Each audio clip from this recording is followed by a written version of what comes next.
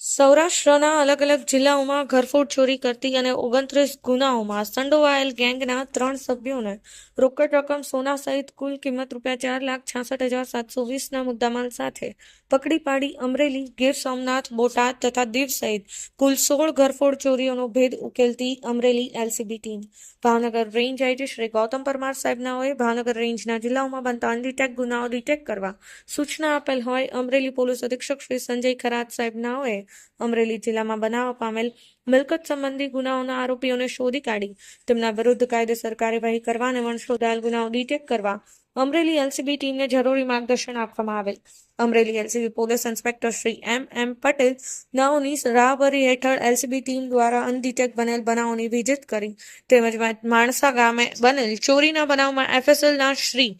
H.A. વ્યાસ નાઓની મદદ લઈ મિલકત સંબંધી આરોપીની સઘન તપાસ દરમિયાન બાતમી હકીકત તેમજ ટેકનિકલ સોર્સ આધારે એલસીબી ટીમ દ્વારા ઘરફોડ ચોરીમાં સંડોવાયેલ 3 શકમંદ ઈસમોને